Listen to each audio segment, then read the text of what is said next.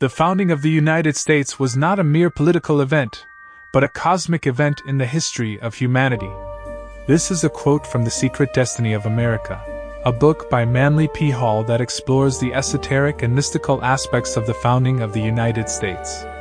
It proposes that the country was founded with a grander purpose than simply being a nation of commerce and trade. Some of the key ideas and themes in the book include that the founding of the United States was not a random event but was instead part of a larger spiritual plan. The country was founded with a divine purpose, and its destiny is to lead the world towards a new era of spiritual enlightenment. That the founding fathers of the United States were not just politicians, but were also mystics and philosophers who were well versed in the teachings of ancient mystery schools. They believed that the principles of the ancient wisdom could be applied to create a better society. That the symbols and imagery used in the founding of the United States, such as the Great Seal and the architecture of Washington, D.C., were carefully chosen to reflect the spiritual ideals of the country. These symbols contain hidden meanings that reveal the true purpose of the country, and that the United States has a unique role to play in the evolution of humanity. As a beacon of freedom and democracy, it has the potential to lead the world towards a more enlightened future. The book also touches on the idea of a secret society, or hidden hand guiding the destiny of the United States. According to Hall, there exists a group of enlightened individuals who work behind the scenes to ensure that the country fulfills its spiritual destiny. The Secret Destiny of America proposes a grand vision of the United States as a spiritual leader of the world. It is a fascinating exploration of the mystical and esoteric aspects of the country's founding. In the book, Hall provides several anecdotes and historical examples to support his claims about the spiritual destiny of the United States. He interprets the Great Seal of the United States to be a symbolic representation of the country's spiritual destiny.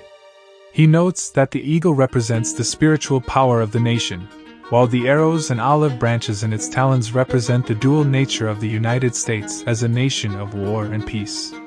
Hall also notes that the architecture of Washington, D.C. is filled with esoteric symbols and references to ancient wisdom. For example, he points to the design of the city's streets, which he claims were intentionally laid out in the form of a pentagram, a powerful symbol in occult circles.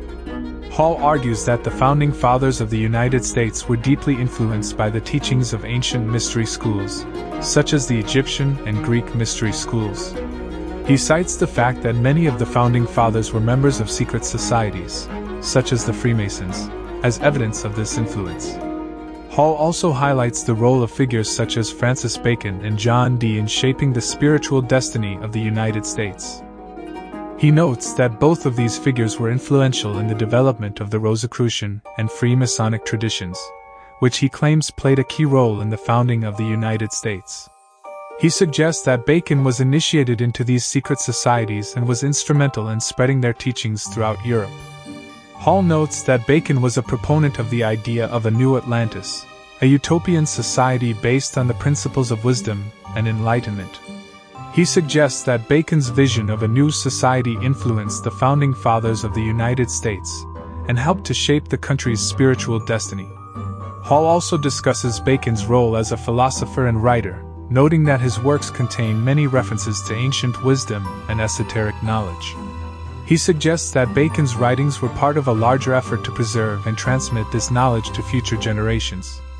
Overall, Hall portrays Francis Bacon as a key figure in the development of the spiritual and philosophical traditions that influenced the founding of the United States. He suggests that Bacon's ideas about a new Atlantis and his work in preserving ancient wisdom helped to shape the country's spiritual destiny and laid the foundation for a new era of human enlightenment. In the book, Hall tells the story of the founding of the city of Philadelphia, which he describes as a sacred city that was planned according to the principles of sacred geometry. He notes that the city's streets were laid out in a grid pattern that corresponds to the principles of the golden ratio and other sacred geometrical concepts. Hall suggests that the idea of a new world order was actively promoted by various secret societies and esoteric traditions, including the Rosicrucians and the Freemasons, who saw themselves as the custodians of ancient wisdom and the inheritors of a spiritual and intellectual legacy that spanned the ages. He suggests that these societies played an important role in shaping the spiritual destiny of the United States and the world, and that they continue to exert a powerful influence on human thought and culture.